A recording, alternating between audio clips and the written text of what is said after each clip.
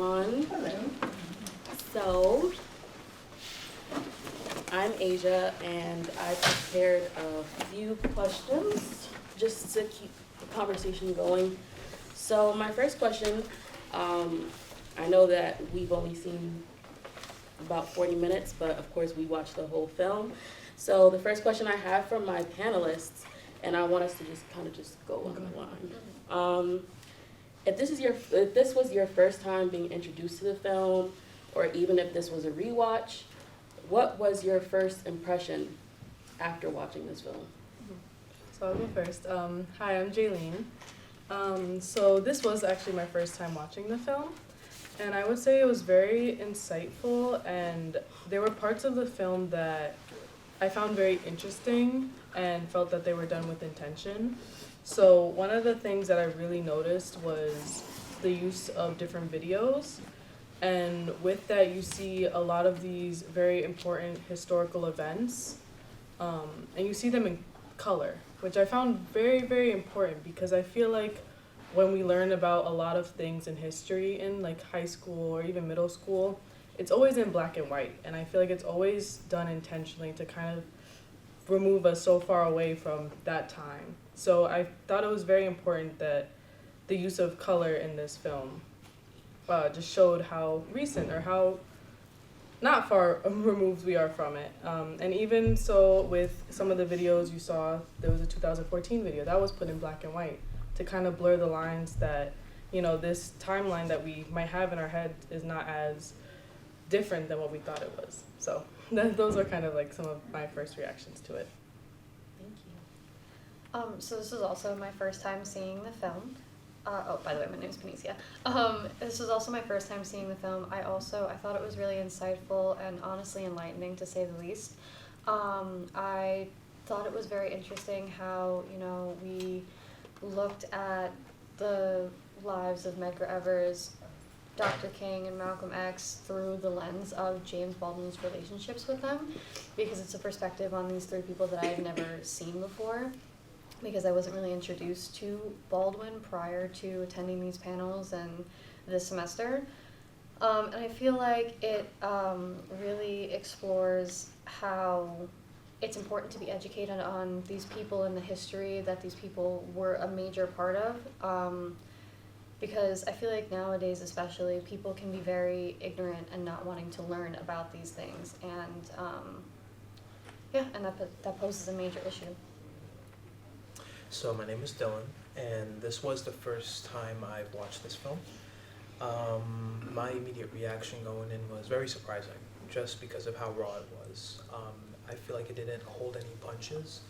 It just gave the viewer the reality of what was then and just how terrible it was.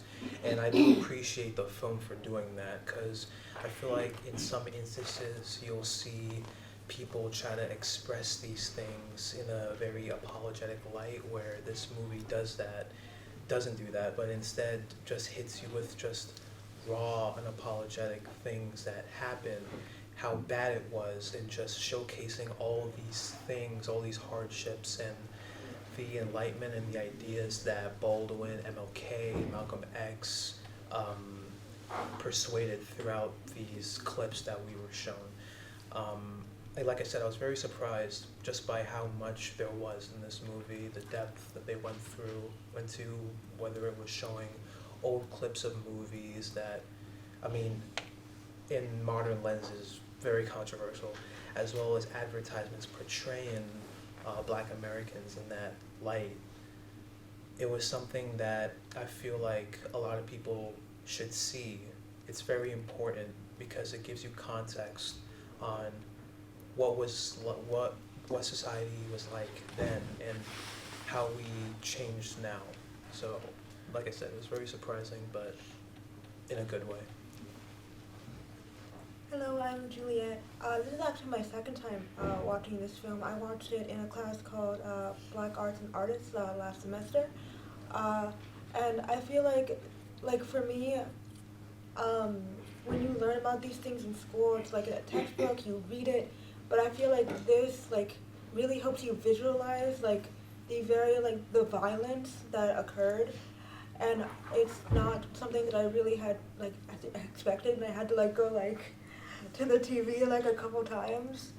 And I also didn't take into consideration what Jaylene had said about the like it blurring the lines by like removing the color from the videos and images, because it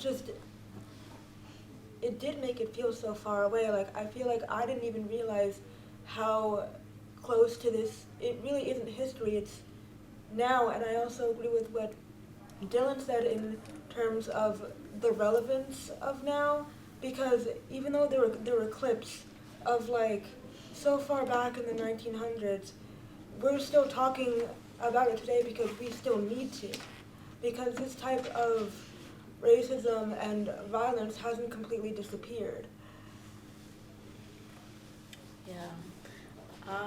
Yes, everyone said such great things. So just to move along, my first introduction to James Baldwin was with a wonderfully written short story called Sonny's Blues. To me, I felt like that story, it said so much, and even though it was a short story, I felt like it remained with me over time. I did read it for a class, but then of course I went back and I read it for pleasure. Like, I really enjoyed that story. So I wanted to ask all of you, like, how many of you didn't know who James Baldwin was before today? Anyone, any hands? Okay, we have one hand in here. 2 hands. Okay, that's great. I'm glad that you guys are being introduced to him, because he is very important to literature that we, from the past and today. I feel like his writing has flowed throughout time, and it will continue to be relevant in the future. To my panelists, what was your first introduction to James Baldwin? And do you think it is important for people in future generations to know about his work and achievements? So this film actually was also my first introduction to James Baldwin. In terms of, I guess, like my first impression or whatnot, I think that it was very interesting to see his perspective on a lot of things, such as the leaders that we talked about, Martin Luther King Jr., Malcolm X, and sort of his relationships with them.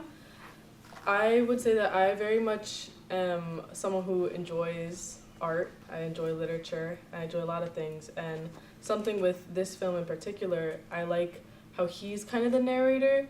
Just to tie it to like another piece of literature, it kind of reminded me of Great Gatsby, where it's like another person giving their perspective and their point of view on other people or another character. So that's how it first felt when I was learning about James Baldwin through his thoughts and relationship and feelings towards these other figures. And I think that it's very interesting because he kind of gives you his feelings on things. He's not necessarily a Black Muslim, he's not a Black Christian, he's not a Black Panther.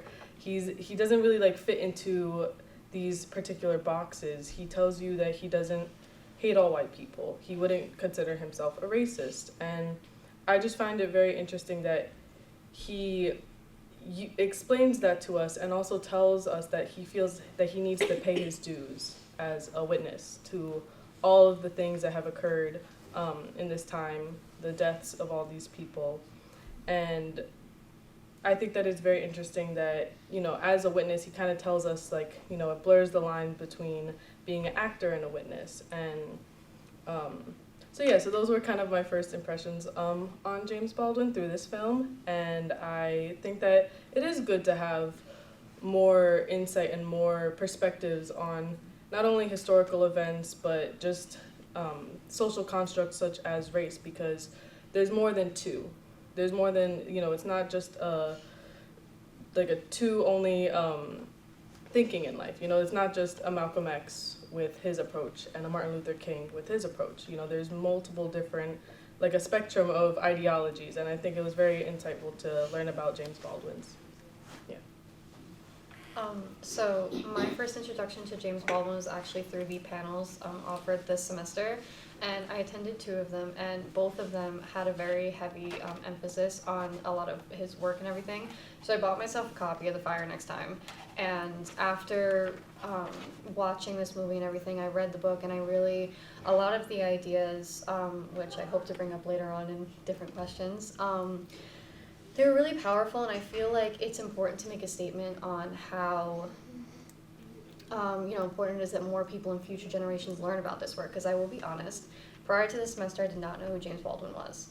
Prior to this, watching this movie, I had to do my research because I knew who Martin Luther King was and Malcolm X was, but I did not know who Medgar Evers was. I didn't know much about these people because the education that I had experienced throughout high school and history lessons and things like that, I wasn't exposed to these people. So I definitely think that in terms of future generations, I want to be an educator myself. I'm in the STEP program, I want to be a teacher, and I think that teaching writers such as James Baldwin can help open students' minds and sort of allow them to learn about the realities of, not just the history that we learn in history classes, which can often be a sugar-coated version of American history that includes a very shortened version of Black history. And I think that it's important that we talk about these people and these writers and watch movies such as these in order to sort of expand that knowledge and have a more open mind toward the concept of race and things like that. And we can see that there's a lot of neglect in terms of teaching these literatures. For example, we see bans across the country of certain classes involving critical race theory or certain bannings of books that have to do with certain topics, such as likely the ones discussed in the movie and the novel The Fire Next Time. And it's a major problem in this country that, the truth and reality of these things are being neglected in education, because the whole point of education is to open one's mind. So I think that that's definitely important, thinking about future generations of educators and students to sort of branch out and learn more about these things that aren't necessarily being taught. So my first introduction to James Baldwin was in high school. Every once in a while we would touch upon his pieces through short passages of full readings, but I feel like this movie was where I honestly became fully immersed by his stuff, just because of the impact that I feel like it had on me after watching it. I didn't know who MLK is. I feel like everyone knows who MLK is. Same with Malcolm X. Medgar Evers, however, I did not know much about him. All I knew about Medgar Evers, surprisingly, was the fact that my mom actually went to the CUNY school when she was really young. But I didn't know who he was. Well, I knew who he was, but I just didn't know the impact that he had within this discussion. But with this movie, it definitely enlightened me a lot more on him. And I think it's very important to take his work into accountability just for the fact that he was there. He did experience seeing and experiencing the murders of his brethren. You see in the movie that his reaction towards Malcolm X and especially MLK's death later in the movie, and just how tragic he felt, how sad he felt about everything. You see his relationships with them, and he uses those relationships, he uses those experiences, and just uses them to express his knowledge that show their timelessness within each sentence. And I feel like with that, it adds a lot of he adds context to historical moments, adds new details that I feel like were left unwarranted, because he said a lot of things in this biopic that I had no idea of until recently, because it's very specific things, but I feel like those specific things adds tremendously to just this whole discussion. I feel like it's like missing puzzles, but he then adds those puzzles, and then it just forms a completely different picture that I had no idea it looked like that until recently. And I feel like he's just well equipped to express that knowledge just from his experiences being there. So my first introduction to James Baldwin actually was a quote that I think can be changed unless it is faced. And I feel like this film is very much facing the very raw facts of what we have dealt in the past and what we are still dealing with. And aside from what we had already discussed, like the very raw violence that is just completely thrown in your face as it should be. We learned from this film about propaganda and songs that were racist and the way that black people were portrayed in movies. So it's just like every single aspect in our lives was meant to give this message that black people are dangerous and they shouldn't have rights. And it is something that we all have to be conscious about and be aware of, whether we want to be or not.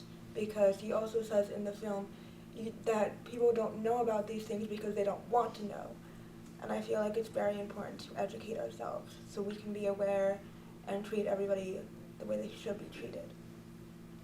Thank you for all those great answers. So we've heard about these names, Medgar Evers, Martin Luther King Jr., and Malcolm X.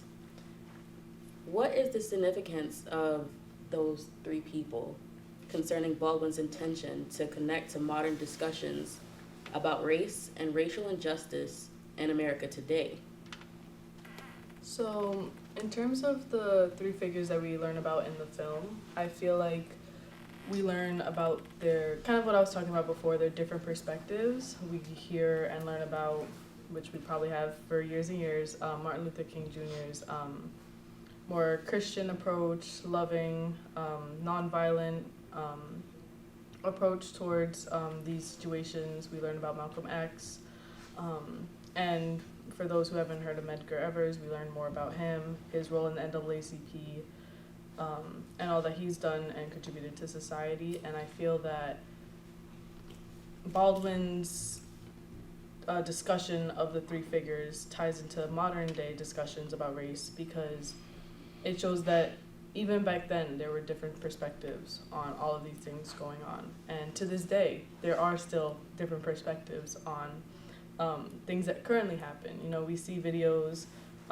even, you know, in the film, of stuff that continuously affects American society. We see Black Lives Matter movement. We see even to the, you know, so much stuff that continuously happens that we might try and, as Bald would say, you know, there's a level of ignorance perhaps, where we might be on a different side of the world or a different side of America and pretend like these things don't exist or pretend that these things don't happen, but they do.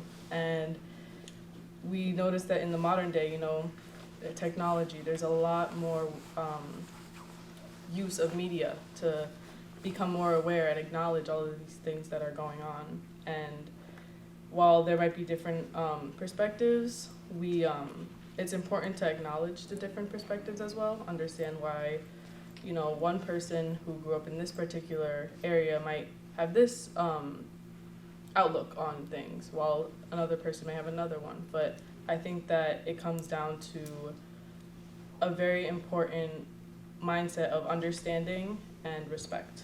So.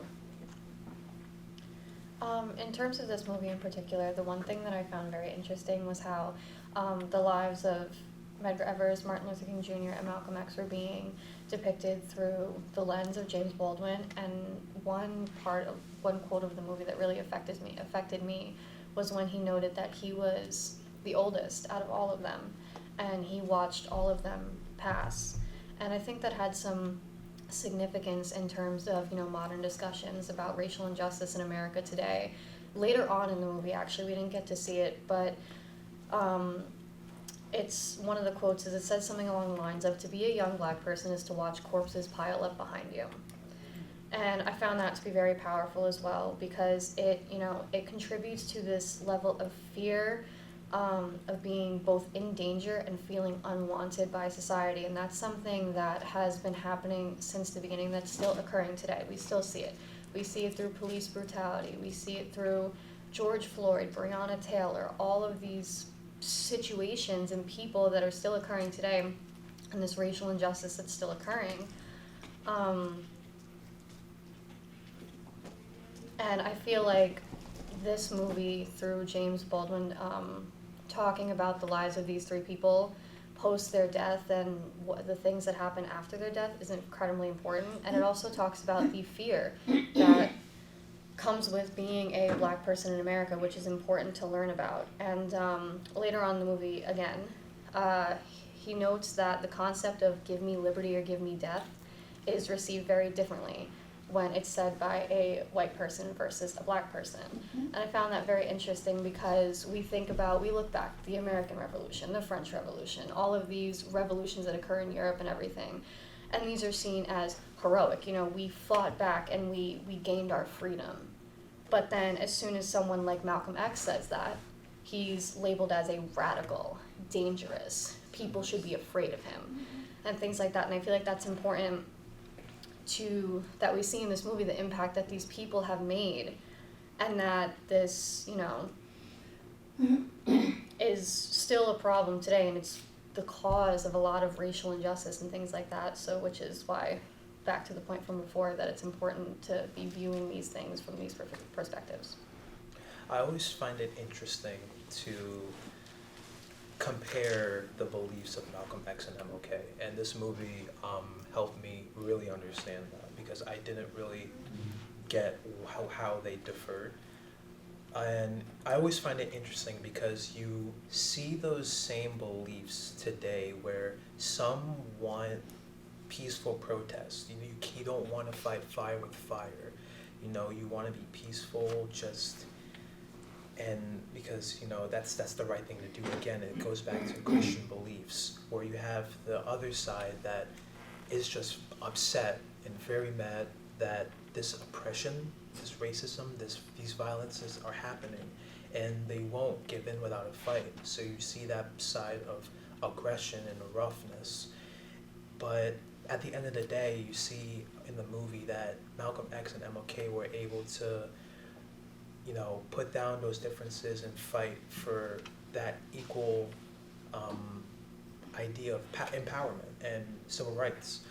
And, you know, I compare it to modern day because while I was doing research on this movie, I had no idea what year it was made. It was made in 2016, and I was looking back on the 2010s decade, and I realized just how prevalent Black Lives Matter was within the 2010s. Like, I look back on movies within that decade: Selma, 12 Years a Slave, Black Klansman, and Fences. I see music during that era, more specifically hip-hop, Kendrick Lamar, Logic, Tribe Called Quest, Ice Cube, Public Enemy, expressing these conscious views and beliefs that MLK and Malcolm X were saying from years prior. And, you know, you see that equal theme here, empowerment. You see, like, it's, as stated before, it's very significant because it's timeless. These, like, racism hasn't gone away. So you're able to look at these ideas from in the past, and you can still see that as reference and use that to at least try or attempt to better things now. For me, I feel like the, contradiction in ideologies between MLK Jr. and Malcolm X was really important for me to see, because all my life I've just been like this big pacifist, and I was like, yeah, of course you would want to do like the pacifist route. I wouldn't want to hurt anybody, but when I watched this film and I saw the violence, how much violence can you endure without fighting back? So then I began to really understand Malcolm X's point of view, and I feel like both point of views are really important to see, to find that balance in order to move forward. And as for Medgar Evers, I feel like the thing that stuck out with him the most for me was the manner in which he was killed, being in front of his family, and just how much racism and violence doesn't just affect a singular person in that incident. It affects a whole community, it affects a whole family. And there was just something that stuck out to me in the beginning of this with the segregation of children in schools. And Leander Perez from the White Cities Council said, the second an N child walked into the school, any decent, self-respecting, loving parent would take their child out of school. And I just imagine that from the hatred, like in children learning this hatred in schools and possibly becoming harmed because of it, I feel like there's so much violence that people would want to resort to fighting fire with fire. So the more I saw this, the more I understood Malcolm X's like way of thinking. But again, both are important to see, so you could find that balance and try to come to a conclusion, a solution to move forward. Thank you. One thing that I just want to add to that is that within this film, well, first, I feel like most of the time when we hear about Martin Luther King Jr. and Malcolm X, we think that they are opposites. We think that they had, maybe a different agenda, possibly. But as we've heard in this film, by the time that they died, their position basically became the same. So I feel like what I interpreted that to mean was that although they had different ways of trying to get the job done, they both had the same end goal, and that was to fight back against oppression and to have Black people be seen as an equal member of society. So I want to ask this next question about how has America progressed as a country in the way that these four men envisioned, the four men being Medgar Evers, Martin Luther King Jr., Malcolm X, and James Baldwin. How has it progressed and how has it not, if it hasn't?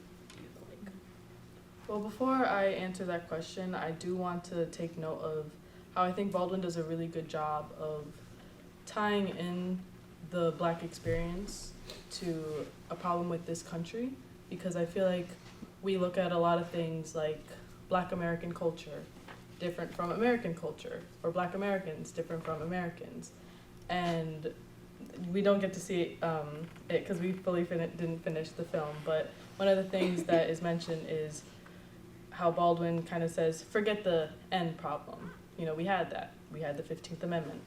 Look at what is happening in this country. That there's brothers murdering brothers, white men lynching their Black sons, knowing that it's their sons, interracial relationships between Black and white lovers. And I think that what he's trying to say is to bring light into how much of a problem this is in America. That this is a thing that some people, tying back into the ignorance and maybe not wanting to recognize it, this is a problem in America. This has been such a swept under the rug conversation that needs to happen. And in terms of the question, has America progressed as a country in the way that these four men envisioned? I think that it's a complicated question, but I will say that to an extent, yes. And one of the things that we also weren't able to see as a group is the discussion of presidency. And one of the things that was said was we might have an N president in 40 years, and we see Barack Obama, and we see Michelle Obama, and we see and hear about Black people in political office. So I believe that in some areas, we do see a level of progress. We do see more opportunity. But just outside of even this context and everything, my personal belief with just any type of way of problem solving and dealing with it and have their feelings heard, and just so that we could move on and continue in society so that we could all move harmoniously. So, yeah. I definitely think going off of that, you know, these men envisioned equality. They fought for it through their words and their speeches and their literature and all of these things. And I think that over time we have seen some progression. However, I think it's also important to note how deep-rooted these sort of seeds of hate, if you will, are, you know, deep-rooted in American society. And a perfect example of this would be education, segregation in schools. So in 1896, we have Plessy v. Ferguson, separate but equal. And then about 50 years later, we have Brown versus Board of Education, which overturned this, and, you know, it declared that separate is not equal. And that's progress in that sense. However, we still had at this time, you know, when a black student would walk into an integrated school, there would be mobs outside and people throwing things at them and yelling at them, and hatred, you know, within the hallways, and school still wasn't necessarily a safe environment. So I think we can see progress through certain court decisions and laws and everything like that, but I feel like the real issue is just that deep-rooted racism within society. That's sort of the problem that needs to be talked about more in order to combat it. And I actually, there's this quote in The Fire Next Time that I thought was really interesting. So it's in the beginning part where he's writing a letter to, I believe, his nephew on the 100th anniversary of emancipation. And he says, "The limits of your ambition were, thus, expected to be set forever. You were born into a society which spelled out with brutal clarity, and in as many ways as possible, that you were a worthless human being. You were not expected to aspire to excellence. You were expected to make peace with mediocrity."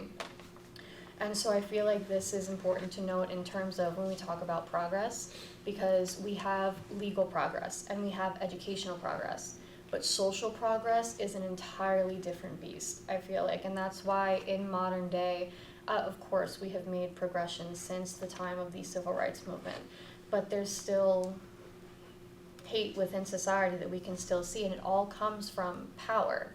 And the concept of power is that, you know, those who are in power want to remain in power. And at any time that power is threatened, people resort to any means necessary to keep that power. There's actually another quote in The Fire Next Time that I also found interesting in terms of this topic.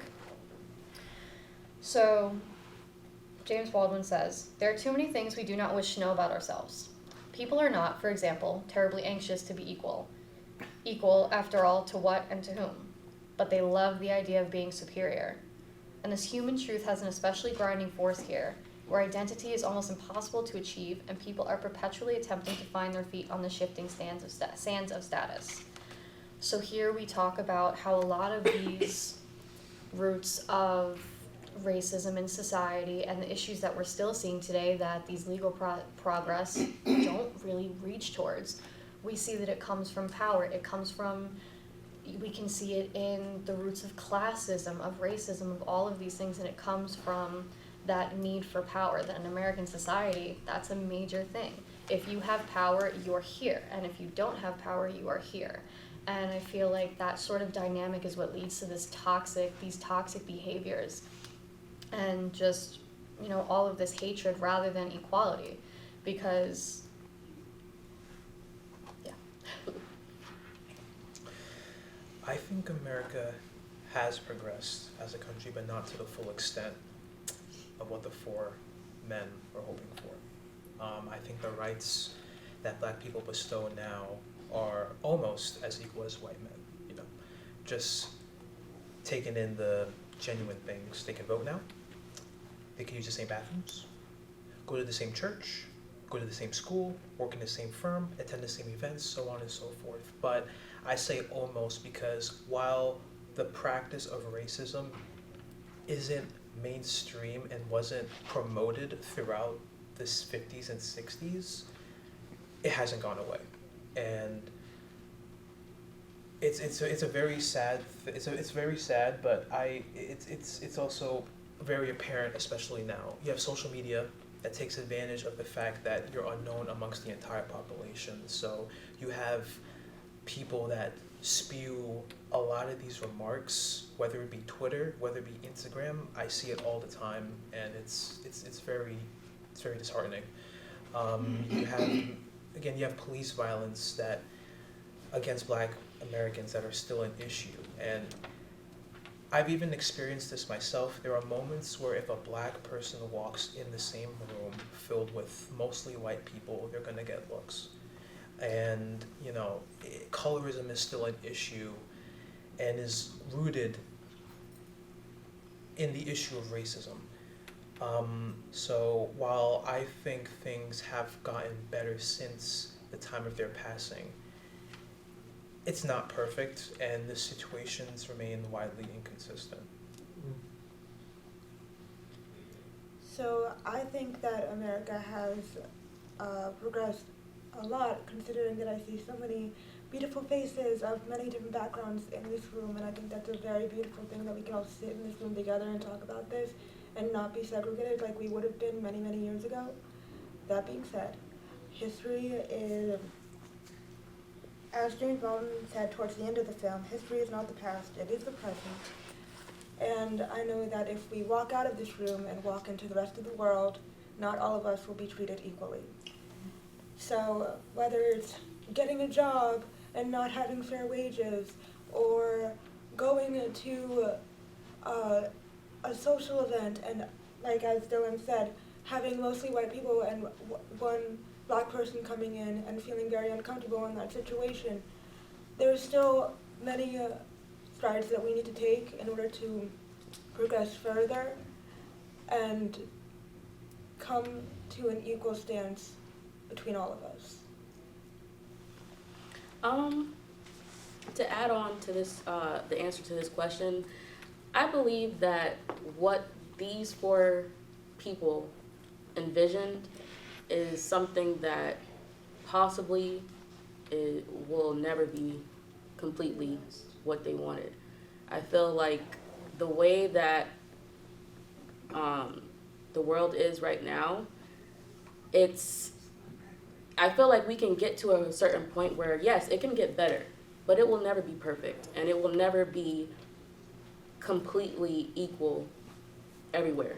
I feel like there are people who are still going to believe what they believe, and then there will be people who will be able to learn differently, but what they wanted, and I'm just gonna talk a little bit about, for example, something that Martin Luther King said is that he wanted his children to be looked at not for the color of their skin, but for the content of their character. And although, yes, we have that in, our society, but we still have those who will look at you surface level and how you look, and they will judge you based off of that. And I feel like that is something that, honestly, we all do. It may not be about skin color, but it could be classism. It could be about, just how you present yourself. Maybe you don't present yourself the way that somebody else wants, sees that that's, oh, you should act like this. And if you don't act like this, then something is wrong with you. And so, yeah, I feel like this is something that is continuously getting better, but then we also have setbacks. So I feel like it's going to be very hard to achieve exactly what they wanted or envisioned for this country and even the world. As we've talked about, Baldwin was friends with some great people who contributed to social change in America through the power of their words. What are the implications of being an educated Black person in America then versus now? So, in terms of the implications of an educated Black person back then, it ties back into slavery, and I feel like it ties back into the historical values in which enslaved Black people were not allowed to read or write or to be taught those things. And even the term an educated Black person back then was almost like juxtaposition, almost like they were two very separate things, a Black person and being educated. Because we see even throughout this film, Jim Crow and other terms of stereotypes, caricatures which shows a black person being uneducated. And we see through history that education becomes more of a right. We see many black men and women fight for their right to have that education, whether it was back in those times, hiding away as an enslaved person, learning to read what a book is and how to teach yourself how to write, and even then being punished for that. You see the fight for them being allowed to be educated. You see the fight for them to be allowed into institutions with all students. And in terms of what society is now, like Juliet said, we have many different people in this institution, Adelphi University, and we even see influx of black students, for example, in this upcoming first year class. And, you know, we think that, okay, it's okay because black people now have a right to get their education. But I still think that there's room for growth. I still think that there's that opportunity, that right is still being threatened.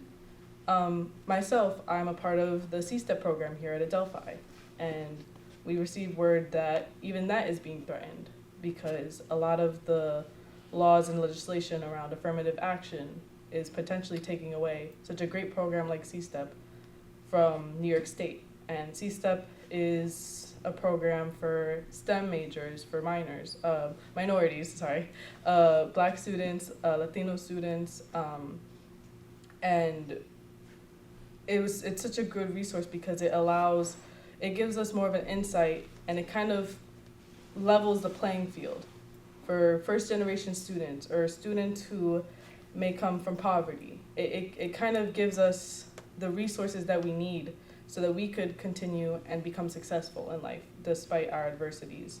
So in terms of the implications of, in particular, an educated black person in America today, I think that there's still things that we can do to help ensure their futures in getting that right to education.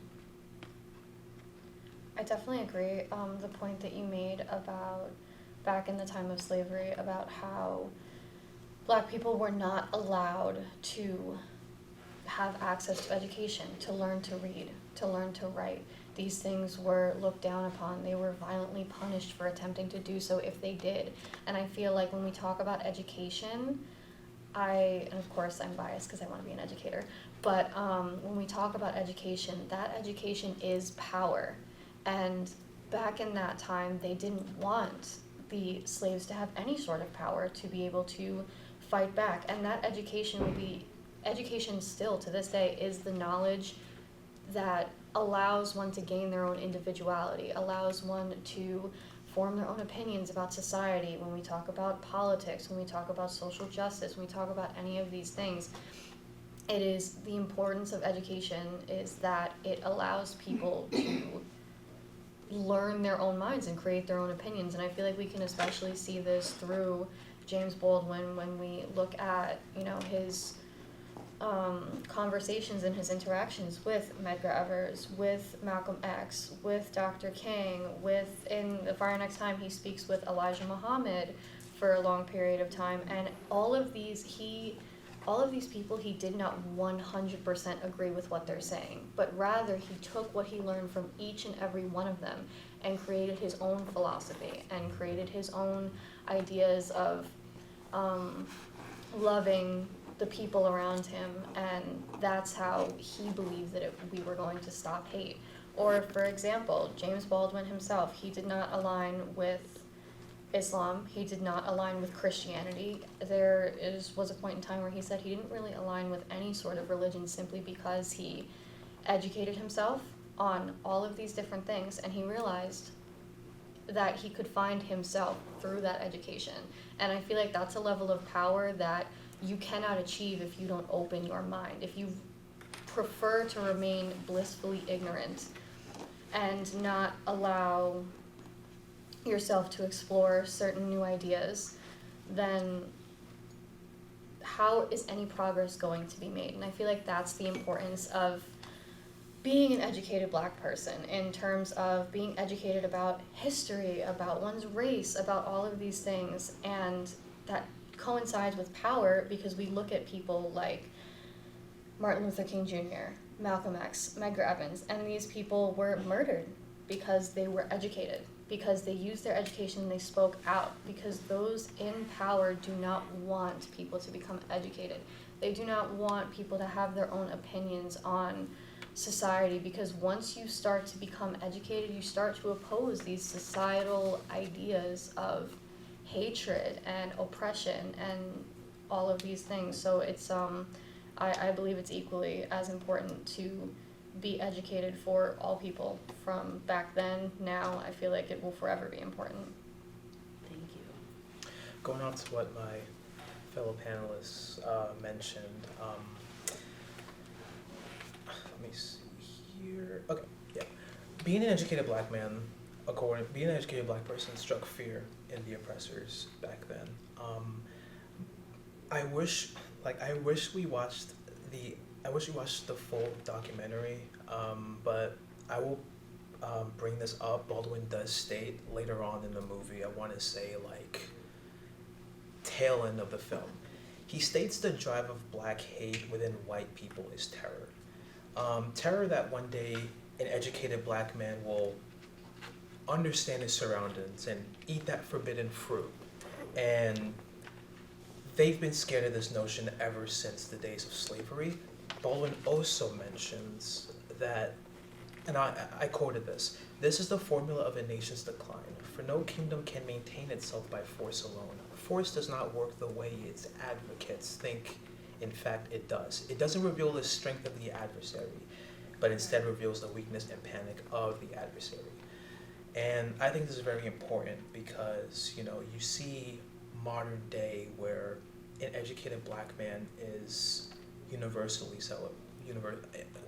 it's celebrated. It's celebrated. And, it's much more widely accepted now for a Black person to understand his surroundings around him, especially within the context of history. And, it's the antithesis of what it was before, where knowing too much can lead to your demise.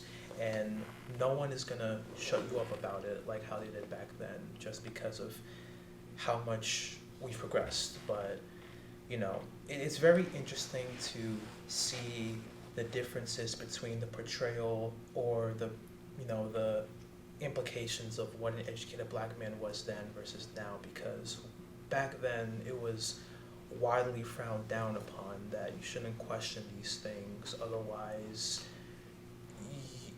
you might end up lynched, you might end up hanged, you might end up killed, whereas now it's celebrated. And I just love to see that happen, see that Black people, my brethren, are able to express themselves now and are able to open up their minds to endless boundaries and not have that limit, and not have those limits that they once did before. I just find that really great. So I agree a lot with what Benicia said, where she said that education is power, and I believe that no one ever thought that Black people were not smart. They just didn't want them to have that education in order to understand that what was happening to them wasn't right. And now that people do have that, meaning Martin Luther King Jr., James Baldwin, etc., they're getting killed. I have a quote towards the end of the film that stuck out to me. James Baldwin says, "I am not an N-word. I'm a man, but if you think I'm an N-word, it means you need it." White people have always needed someone to look down upon, someone to be above, to make themselves feel better and to make sure that they are in charge. There's no such thing as the N-word in this context. There's only people. And I think that as long as we all educate ourselves, we will all continue to be people. Thank you. So I wanted to leave you guys guys with a quote. This is from James Baldwin. To be an end in this country and to be relatively conscious is to be in a rage almost all of the time. And I just want to say thank you to all of our panelists. And if anyone has any, I'll open up the floor. Oh, sorry. Well, I want to quickly just say a couple of words. I am extremely proud of all of the panelists, and I have the pleasure of teaching all 5 this semester. Wow. So please give them a round of applause. Just a little background. This particular panel was conceived because Asia Jarvis has been wanting to do a panel at Delphi for the past 2 years on any issue pertaining to Black life and Black culture. And on an elevator, we discussed this particular film, and I opened it up to my class, and these wonderful students, brave, bold, and insightful, decided to participate and share their insights on this documentary. So I want to thank all 5 of them for being here today. Thank you.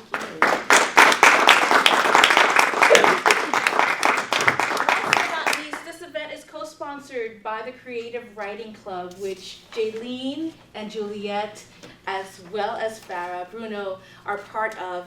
And I really want to acknowledge the Creative Writing Club for taking an interest in writing and writers and authors, and all of them are themselves writers as well. So thank you to the Creative Writing Club. And as Asia said, we should open it up to questions you all may have for any one of them, including Asia. Any questions about the film, or any statements that you want to make?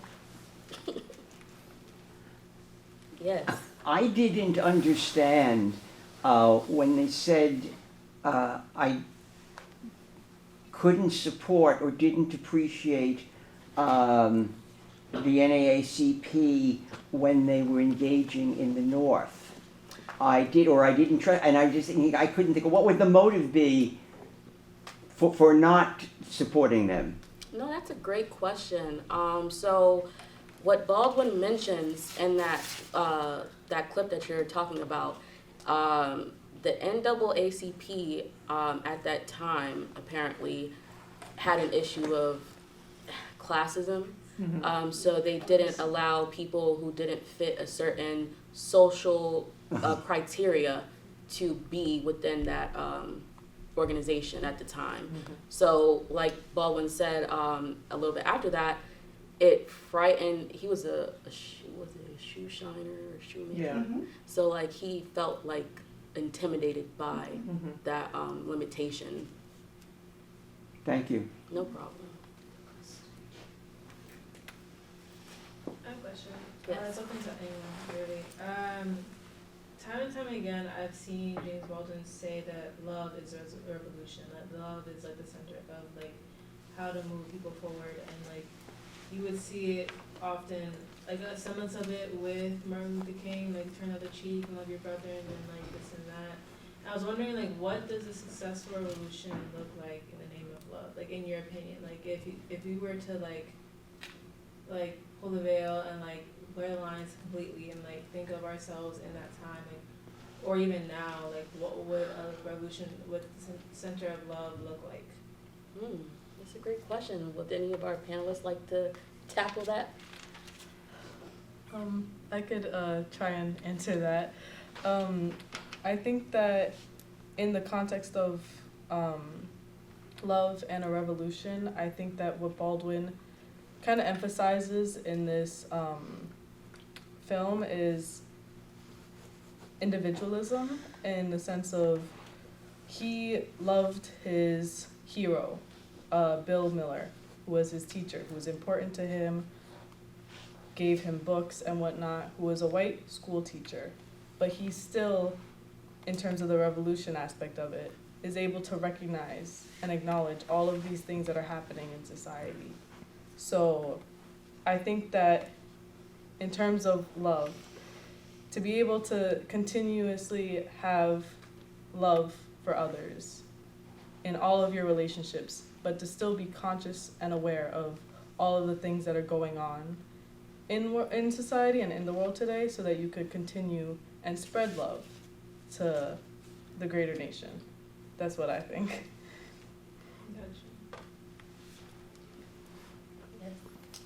So I'm wondering if, so many folks have not heard of Baldwin, don't know who Baldwin is. If you had 30 seconds on an elevator to tell someone who is James Baldwin, what would you say?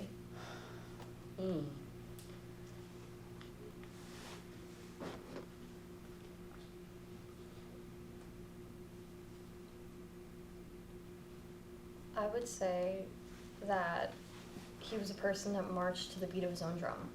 All right. And he, again, emphasized education and emphasized love in opposition to not only hate, but also to oppression and to societal and systemic racism. And that to love would be to rise above, in a sense that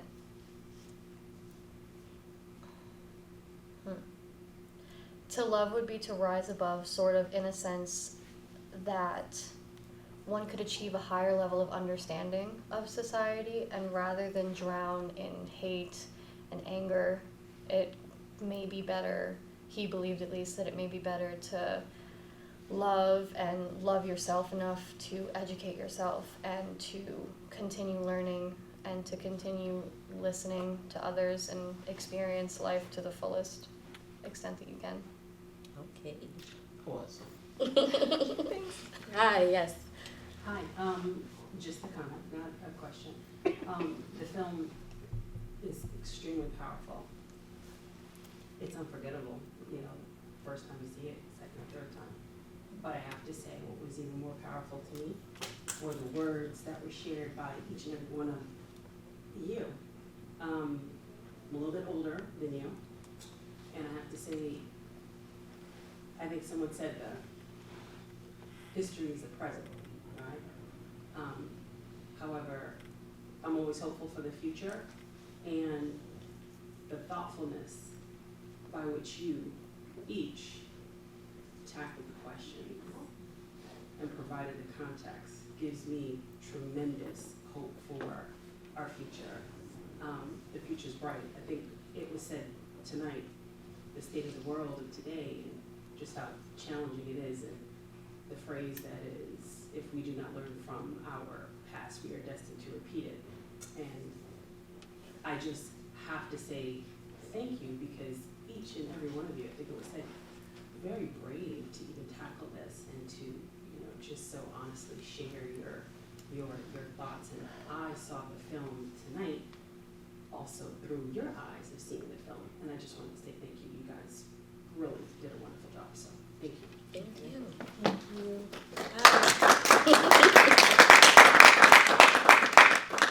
Okay, I think we have a time for probably a couple more questions. Oh, I don't have a question. I have a statement. And I look around the room and I see that I am probably the most elder here. No. Well, Maybe second. that's debatable. You didn't look, okay. That's debatable. In terms of this wonderful panel, I am your elder. And what you discussed and the film, I lived through it. So history, I started reading James Baldwin. The first book I read was Go Tell It on the Mountain, 1963, when I was in high school. And I've had a love for him since then. I followed him. I knew when he was in Paris. I knew when he died. I knew Malcolm. I knew Dr. King, not personally, but I lived the history that you're espousing this evening. And I'm so grateful and happy that I have lived to see this, because I was also privileged to be born in Harlem, such as the great James Baldwin. I call him Jimmy Baldwin. And I am just so thrilled, especially with you young people, you're learning history that I actually lived. And so it's ongoing, and it's the present. It is indeed the present. And I thank you for your insight. Thank you so much. Well, maybe not. We can change our world. with the knowledge that we have, and can perhaps turn things around little by little, and just making that effort to do so can take humanity a long way. So I just appreciate everyone here. It's making me look at things differently, and let's just keep progressing. Thank you, and thank you to everyone who had something to say, and even those who didn't and just came to just hear us and watched a little bit of the film. Please, please finish the film if you can. You can find this on, if you have Hulu, it is on YouTube. I don't know where else it is. And it's also a book. It's also a book, yes, yes. Yeah. I read the book.